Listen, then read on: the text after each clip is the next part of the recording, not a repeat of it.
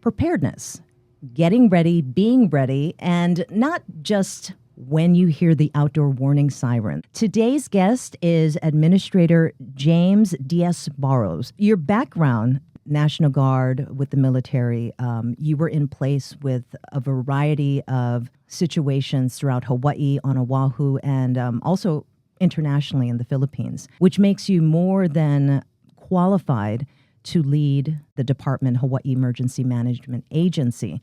I went on Facebook and I was watching the videos that talk about getting ready and about mitigation. I'm just like, mitigation, I don't understand all those kind of things. But the videos, after watching the first couple of videos, I almost called the office and it's like, I don't think I need to talk to him anymore because I learned a lot, Yeah. It was very self-explanatory where to get just base information and how to build on that. And if you get more curious, how to get training.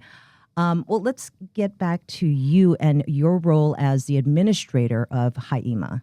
From what you're saying, you sparked that curiosity and you started looking into it. Yeah.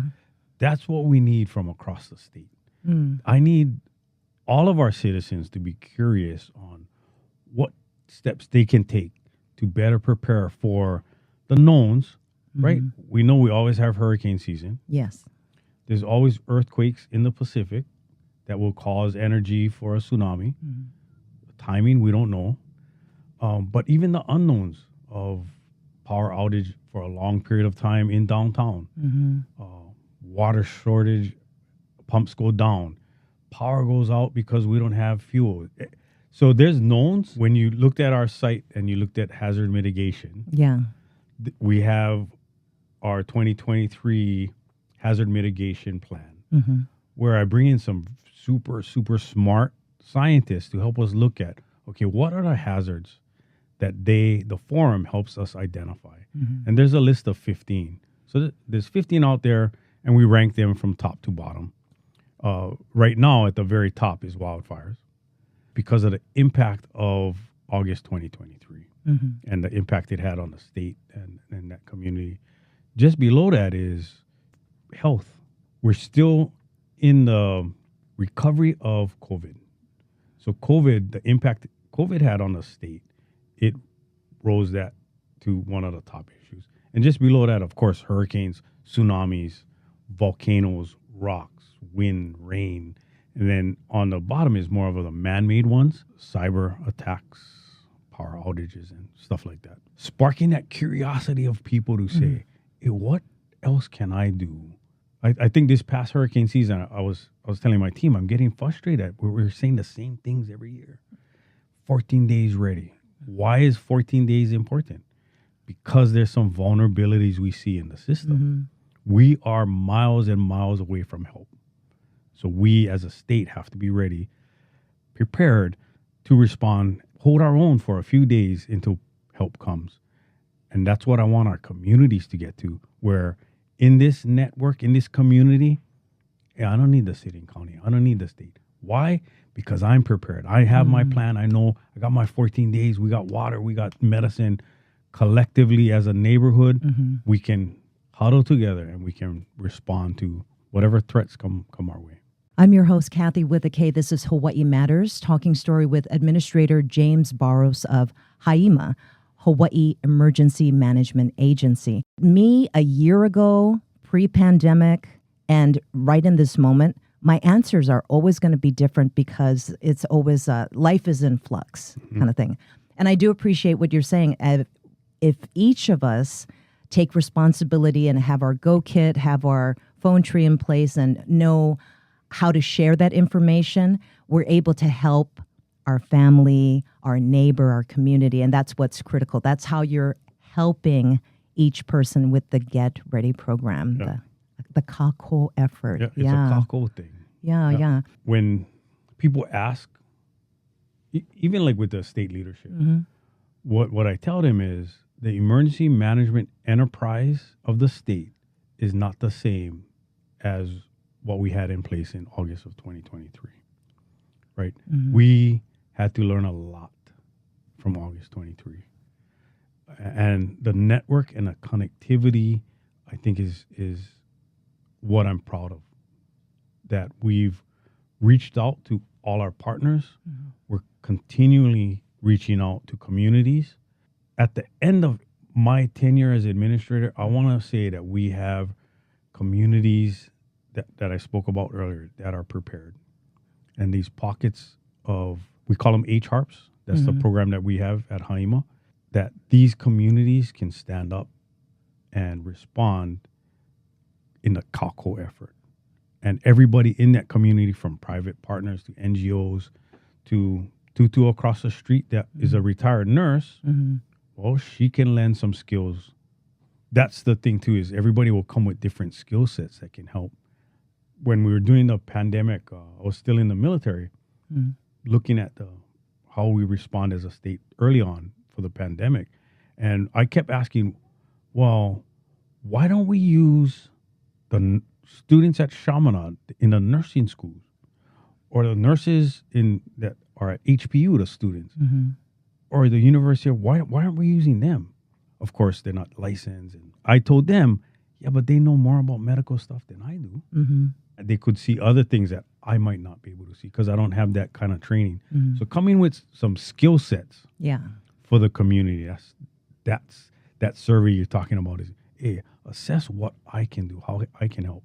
I'm not going to ask Tutu across the street to help me move the trees blocking the road, but retired nurse, okay, she can help us do something.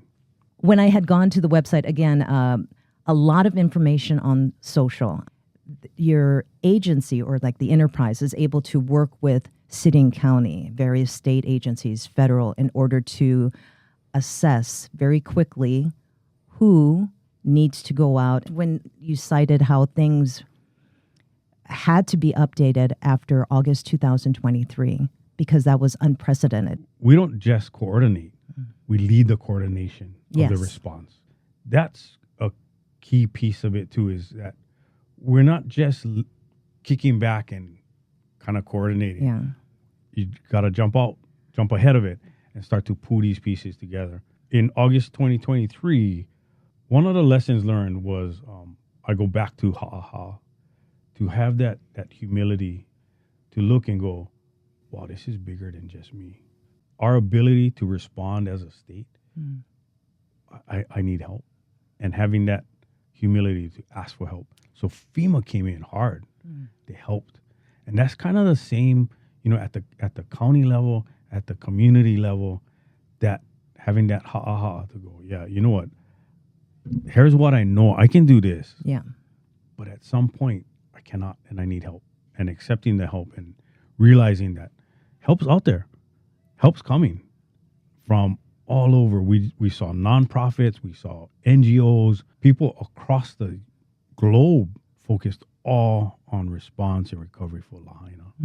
So I think leading the coordination is a critical piece, that we got to get that mindset in my agency.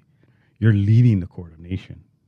My name's Kathy with a K. I'm your host, and this is Hawaii Matters. We're talking with Administrator James Barros about HI-EMA, Hawaii Emergency Management Agency, and about how you can pique your interest and learn, train yourself. There's a lot of different modules available online, webinars, and things that you can do if you have more information and understand the process of how information is funneled through to 911, how the dispatch goes to the various emergency services, and so forth. Recognizing what the outdoor warning sirens are about, ready.hawaii.gov. The website, I went through it and I scrolled down to City and County of Honolulu. There's different links and socials for each county. Hawaii County, County of Maui, which includes Lanai and Molokai, and Kauai, which is Kauai and Niihau. There is going to be an updated community mitigation report released in February of 2025. And it was just really broadly how they were going to be updating different... that's the counties. Yeah. Yeah, so the state, we updated ours in 23. Oh, yeah. So now the counties are working on theirs. So it's all embedded. So we did the state one. Yeah. And then now Maui's working on theirs. Honolulu's working. All the counties are working on theirs. The city and county of Honolulu, it is every 5 years. Yep. What is the state? Is the state every also five. every 5 years? Yeah. What was the difference from 2023 to the prior one? I mean, did you just get in on the cusp of that, or you were dealing with a report from the previous administrator? So when I got there in February, Yeah. they said, we have the state hazard mitigation plan. I said, well, where is it? They said, well, just go online, click. I said, no, I want a hard copy. I want to take it home. I'll read it, as I'm getting ready for bed, I'll read it. Yeah. They said, are you sure? I said, yeah, I want the hard copy. I'm going to read it. She came back with a binder that's this big. Wow. It's a huge document because what it does is it takes us into that rabbit hole. It does a deep dive on the hazards and the impacts of the hazards that we face in the state. And we'll do an assessment from the state. And then, like I said, every county will do theirs from their perspective. What are they looking at? When she showed up with that big binder, I was like, yeah, it's not going to fit in my backpack.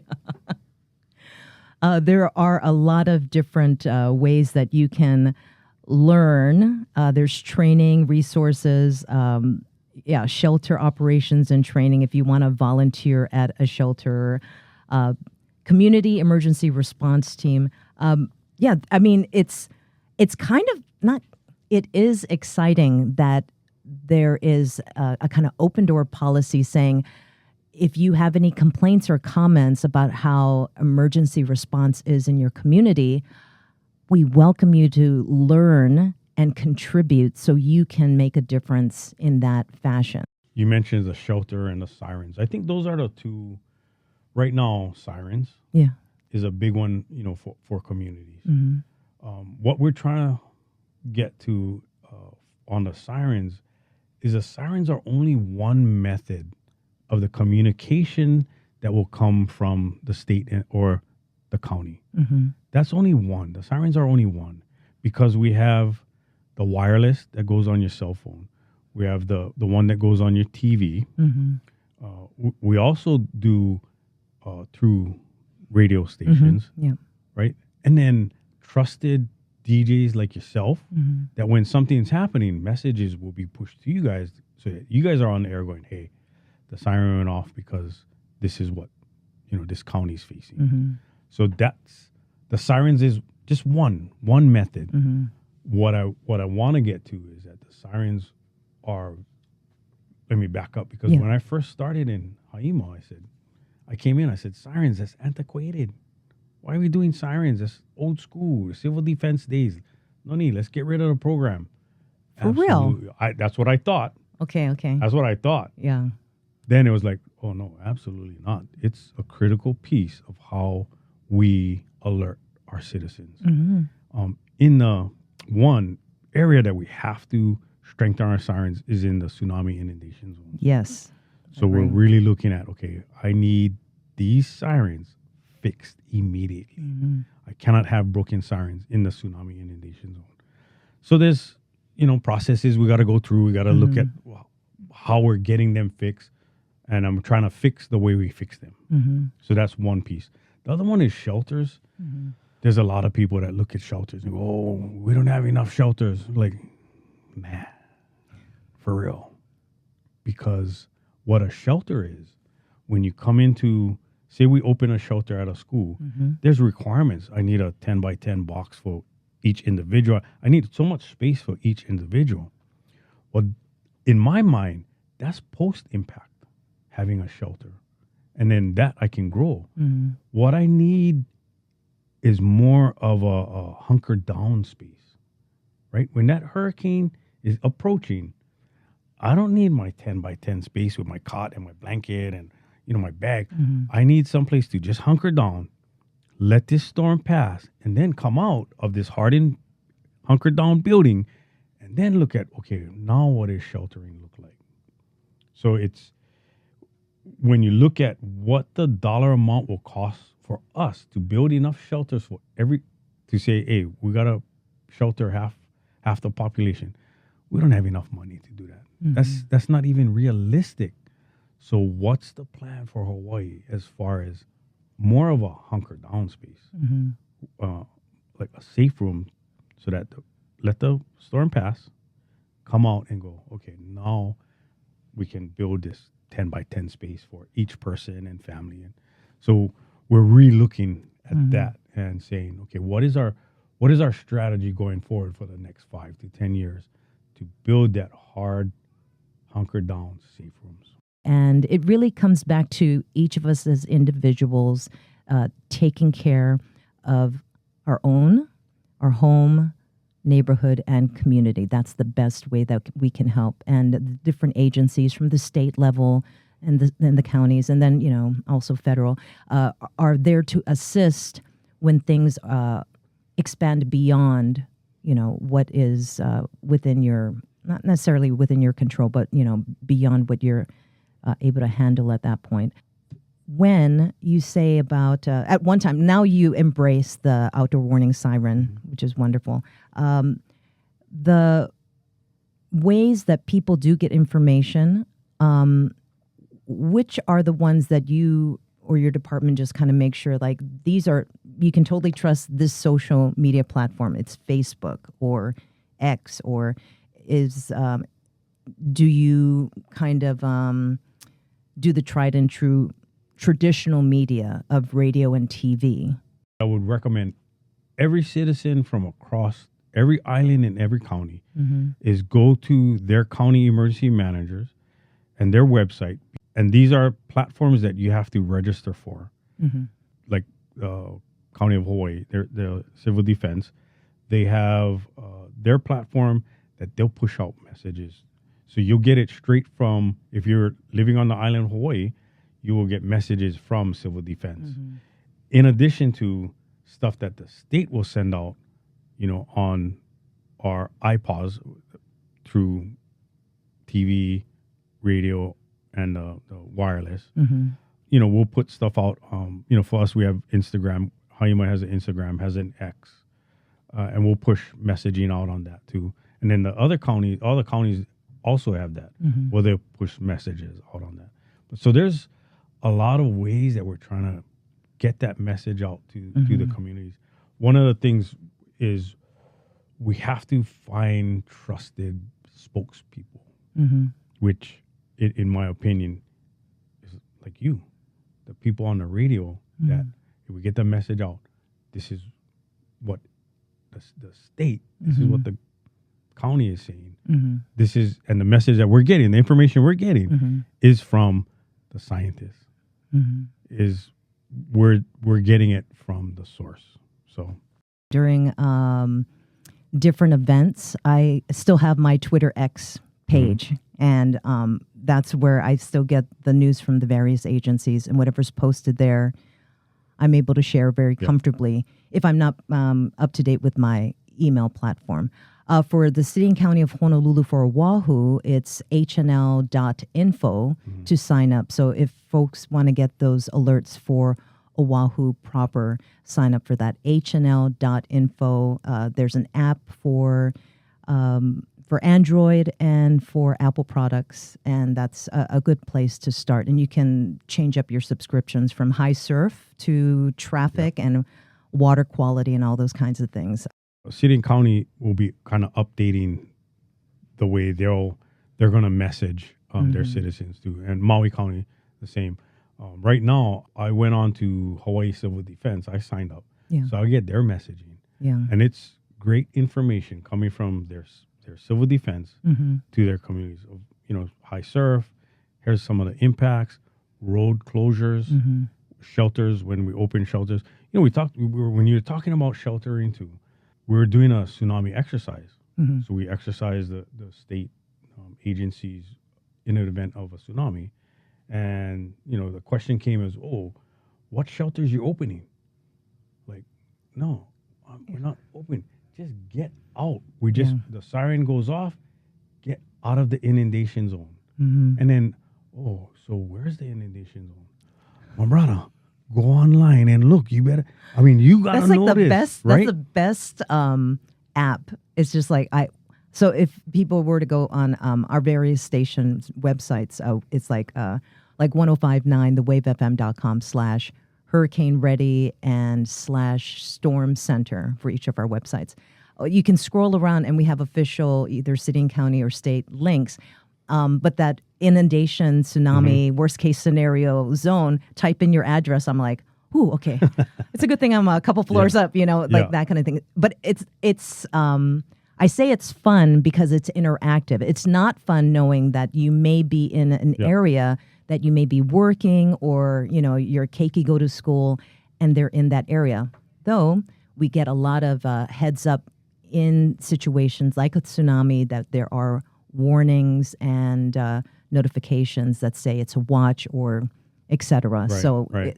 The hurricanes don't just pop up. Yeah. Right? It's forming. They're looking, going, that's 50% chance that'll form. So National Weather Service, there was one briefing where John said, hey, if you're a weather geek, you'll like what I'm talking about. So I was like, dude, I think we're all weather geeks at this point. We're all sitting at our edge of our seat listening to John and talk about, what's happening in the Pacific.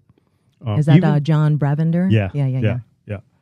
Even tsunami is the same thing. One scenario that I say, hey, Gov, I'm waking you up. No matter what time, I'm calling you detail. We got to wake up. And we'll have 5 hours from Aleutian Islands because all the modeling shows us that 6 point or higher, there's enough energy and the energy is coming straight at us. Whereas some of the other earthquakes that happen, we'll get some of the energy, but this one we get all of the energy. And that's 5 hours. We have 5 hours. I think the worst case would be a huge earthquake on the Big Island that causes that kind of energy. Oahu would have about 30 minutes to get out of the inundation zone. And then in the map, there's I think it's called the evacuation and extreme evacuation. So we're talking, the Big Island one is just the evacuation area. It's not going to be that extreme. The extreme would be huge earthquake generating that kind of power. So 4 stories up to, right? People say, well, in Waikiki, I told them I would go to the parking structure by Royal Hawaiian and I'd just watch. Yeah. FaceTime that wave coming in. Because just get up, get high, not try to come out of Waikiki. One of the things when you were talking about tsunamis, so at one point my niece and my nephew were going to Iolani, right in the inundation zone. Yeah, right by Alawai, yeah. Right? And then my other nephew was at Marino, and their grandma lives in Manoa. So I told him, listen, the plan is you got to evacuate. Just get to Manoa. We'll link up with you in Manoa. Just get to Manoa. Grab your sister, get to Manoa. You head to Manoa. And don't worry about driving. Don't worry about your book bag. Just book it to Manoa. So having that kind of plan, that family plan, so that we know, okay, no matter what, we're going to Nana's house. Everybody rally at Nana's house. Family plan is important too. Giving a family real life example of how he speaks to his family. And that's something to also keep in mind that how are you talking with you and your family about keeping safe, being alert and aware, and helping one another in times in case of an emergency. Really what we're hammering home hard is the HHARPs, the Hawaii Hazard Awareness Resiliency Program. And it's meant to help build community readiness. We want that community readiness. We want the climate of readiness elevated. When we sat with one of the professors at the University of Hawaii, and he said less than 20% are 2 weeks ready. That's not good. We got to get that number higher. We got to strengthen our communities. This year, hurricane season, they said lower than normal, below average. Wonderful. But we saw what happened to the East Coast. Pounded. They got pounded. We got to be prepared to take that kind of pounding and pop back up and say, okay, let's go. And then wait for assistance. But we got to be able to pop back up and be ready. We're working hard. I just sat with the team yesterday. I said, gang, we don't have time. We don't have time to elevate the readiness of our state. We got to do it now. We cannot wait. So that's our message to all the families too, right? Don't wait to make a go bag. Don't your plan shouldn't be, hey, HI-EMA just put out a hurricane message. Rush down to Costco and buy cases of water and cases of Spam and cases of toilet paper. That's probably not the best plan.